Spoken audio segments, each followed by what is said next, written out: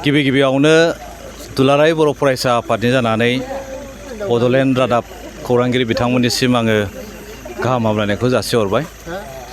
दिनै बासबारि दख'रा दुलाराय बर' फरायसा आफादनि बानजायनायाव नैबे हितेन्द्रनाथ मुसाहारि फरायसालिमायावहाय 2025 इंराजि मायथाइयाव गोजौ फरायसालिनि जोबथा आनजाद मेट्रिकआव फार्स्ट डिभिजन जानाय सेथि थाखोआव उथ्रिसार जानाय गासै 12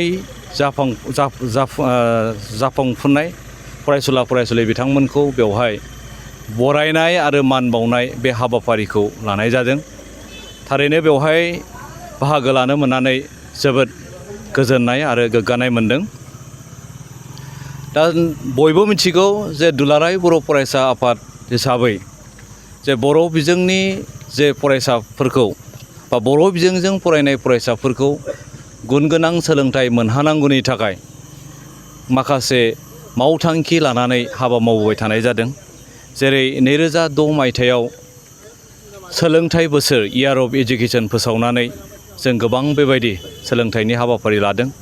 बेनि उनाव 2007 मायथाइयाव मिशन क्वालिटी एजुकेशन आरो दायो जोङो 2020 मायथाइनिफ्राय 2025 मायथाइसिम स्किल एन्ड क्वालिटी एजुकेशन आदब आरो गुन गोनां सोलोंथाइनि मावथांखि लानानै जोङो हाबाफारि मावबाय थानो आरो बिनिनो मोनसे गोनांथार बाहागो हिसाबै जोङो मेट्रिकआव फार्स्ट डिभिजन जानायफोरखौ जोङो बरायबाय थानाय जायो।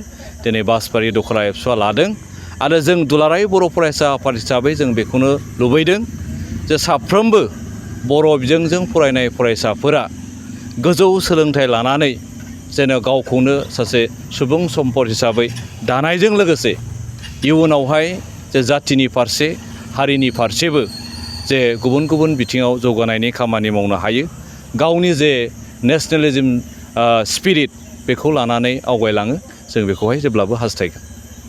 এটা ভাল ঘোষণা বঙাইগাঁও মেডিটেক এলাইট হেল্থ ইনষ্টিটিউটৰ 2025 আৰু 26 বছৰৰ DMLT laboratory technician, x ray and imaging technician, ECG technician, pharmacy assistant, dental hygienist, emergency technician আৰু নাৰ্ছিং কেয়াৰ এছিষ্টেণ্ট কোৰ্চৰ নাম ভৰ্তি কৰাটো এতিয়া চলি আছে। নাম ভৰ্তি কৰাৰ বিষয়ৰ বাবে জানিবলৈ ব্যক্তিসকলে 9395558676 নম্বৰত যোগাযোগ কৰিব পাৰিব।